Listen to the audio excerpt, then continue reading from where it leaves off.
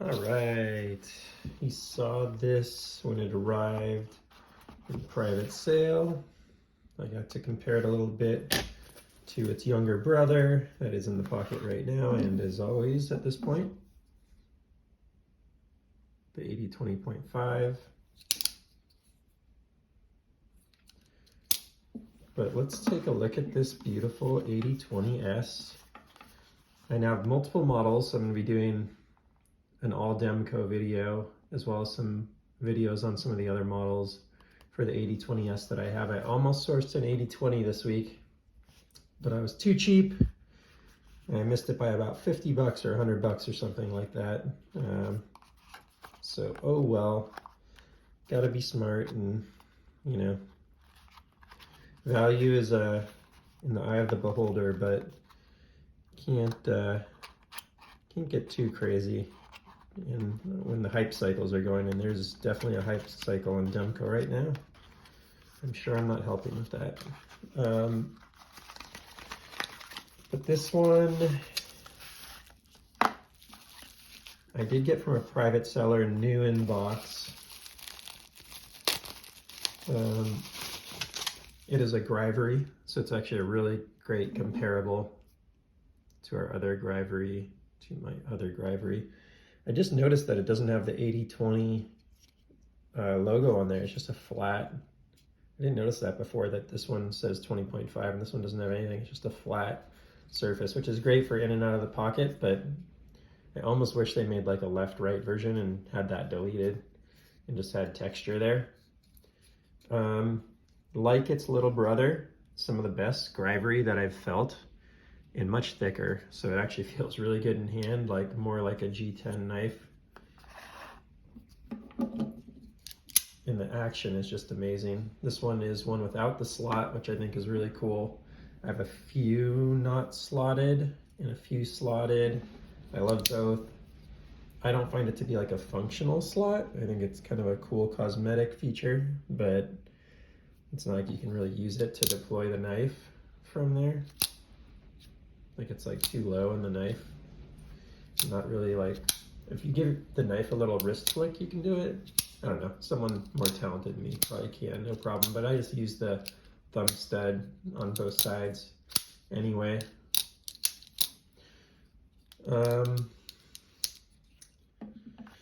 So what I love is the size of the blade makes the shark lock even more compelling and effective. So let's get those really tightly lined up there. You can see it's a little thicker. I mean, you know what, I might be wrong on that. It might be like very similar. A little tighter on the jimping, which is interesting. They have this like kind of alternating jimping here. So that's a little different. Thumb stud's a little different, as you can see, on the sort of size and design. It almost looks like it gets a little more narrow at the end than this one. This one's a little wider. The shark lock's very similar, if not exactly the same. Maybe a little, yeah, it's a little different, a little longer. So they're really similar knives. Let's take a look at size here also. You know, different, gosh, I just forgot the name of it. But yeah, different design there.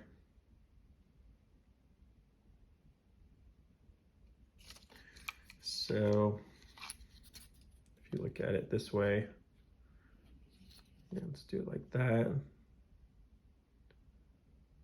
Much thicker knife. Let's get this guy out of here. So what do I think? Man, I love it. It is just that much better. I haven't tried putting this in the pocket or anything, but it doesn't feel like it'd be that different. I mean, it definitely weighs more, but just generally, like, part of why I don't mind this already heavier than my Benchmade Bugout knife in my pocket is because it's got a nice flat side to it, and this just has more of that. It's just like more of the same. Also love the, you know, on the higher end ones, they have the full pivot design versus having that embedded in the Grivory. Actually reminds me, is that the case on the higher end 80-20.5s? Let's take a look and find out. Yeah, so they do that on the higher end 80-20.5s also with the titanium. I've been meaning to pick up a carbon as well. This is the clip point.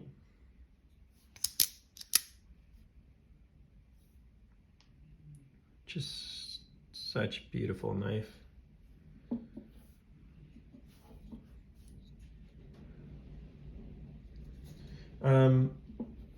In a lot of ways for like EDC, I actually prefer the Grivory to the titanium. It's a little rough, and I got a feeling in the pocket, I kind of noticed that. I haven't tried that titanium, and you've seen me kind of decide against the flat titanium version here. Get this stuff all organized so I don't start mixing things up. But I had the flat titanium in the pocket for like a day. Let's see if there's any snail trails or anything. I think it's still pretty immaculate. Maybe one tiny one there. Anyway, I had this in the pocket for maybe even like half a day. You can see it's like not even broken in yet. And just decided that that was not the one for me on the EDC. I specifically got this one to EDC also because I prefer the look of the, like from a collecting perspective, the look here.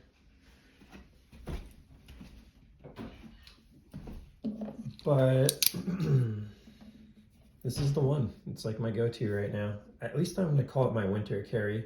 I may have mentioned it in another video, but what I'm feeling like is in pants, I don't mind these Demkos too much with the additional weight. In shorts, I think I'll probably go back to the Bugout Mini. I think it's hard to compete with that knife, and I would take some of the things I don't love about the Bugout Mini in order to you know, just have that lightweight pocket feel. So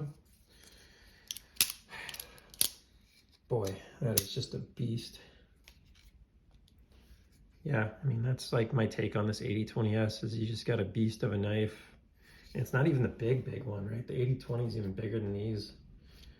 I've actually heard with the titanium scales on the 8020, you end up with a similar size to this 8020S with Grivory or G10 just because the inlays.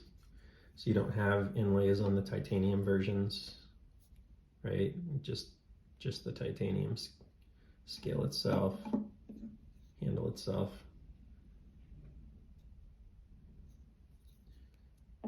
But for like an EDC, I gotta say like the Grivory for me is just, it's a little lighter. You save 3/4 of an ounce versus these titanium 80-20.5s. You know, this is obviously gonna be on another level. I'm gonna throw it in the pocket for a second here. See how it feels. It's actually not bad. I could probably do this as a winter carry as well. So I think like when I was getting into this phase 3 of my collecting, it was summer. Oh, by the way, this is a D2 variant. And although that's not necessarily an appropriate steel for a knife in this price range, I don't really mind it, honestly. This one's got like a little bit of a burr on it, which is interesting. I haven't had that on any other Demko that I've had. And it could be that the guy that sold it to me actually used it, or it could be that it just came that way. I'm not sure, but I do have a little imperfection here that I haven't had on other Demkos. See if I can get that in focus. Oh yeah, there you go.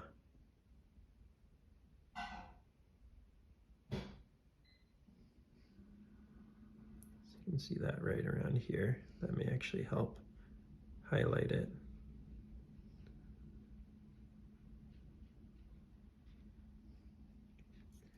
But that's fine. Plenty of steel here for getting that corrected with a nice sharpening.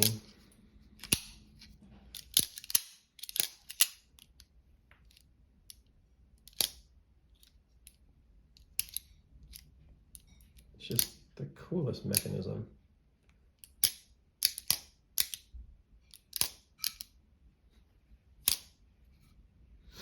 So yeah, love this. That's what it comes down to. This is the OD Green AD20S with the Grivory, made in USA. It's the machine ground. If you don't know, the MG is the machine ground. But wow, what a nice knife. Just give you a nice view of that.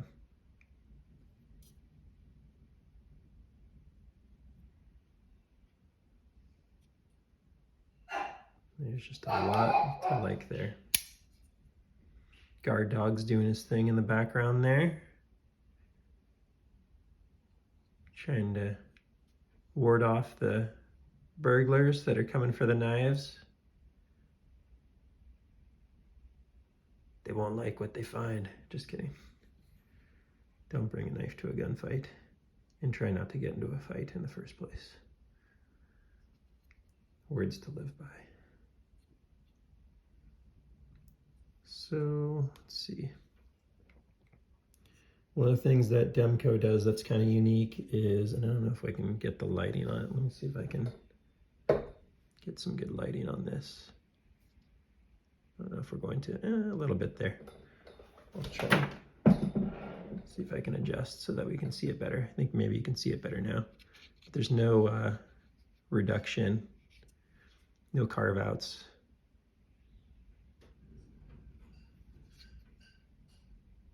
So it just, I mean,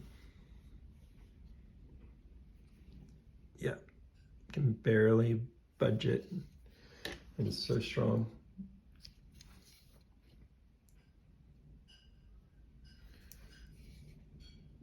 One of the cool things I like about the Demkos, for each their own, but you can see the patent in there. I don't know if all of them have that. I think they might. Yep. And you know, if you know a little bit about Andrew Demko, a big part of the way he did things was work with other manufacturers, and he owns the patents on like the Triad lock and the Scorpion lock, and so he's going to be able to produce the 8010 under Demko because he owns the patent for it, even though Cold Steel, you know, has been selling the 8010 for years. So smart guy and good, smart businessman with the way he approached his patents. Love the finish on it, just like on the others. There's something special about this series of knives.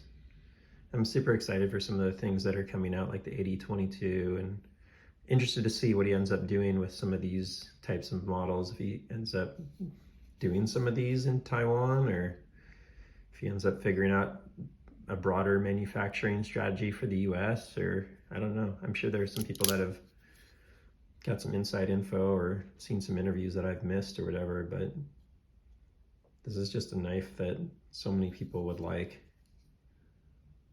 to use, like to have, that making it more affordable. I mean, a variant like this with D2 and Grivory done in Taiwan should be what, like 179 versus 150, you know, 149, I think, for that. Should be able to, you know, get a pretty good thing going. Let's put this up next to its friends here. In fact, we'll do this since these are all shark's foot. Let's get a nice clean look here.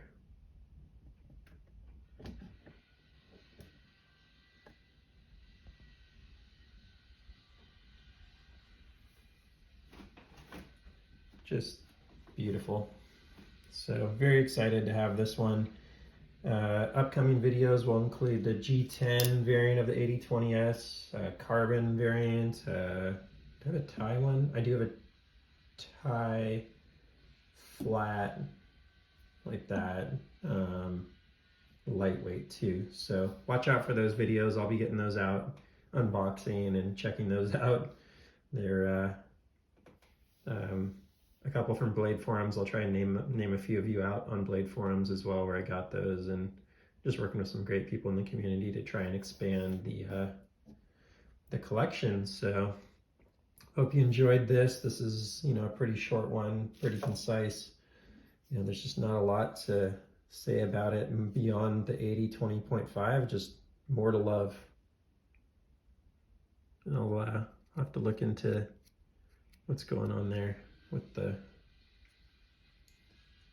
burr and the almost, I can't tell if it's like a burr chippiness or something like that. So yeah, kind of interesting. You can see it there. All right, thanks for stopping by. We'll see you on the next one. Take care.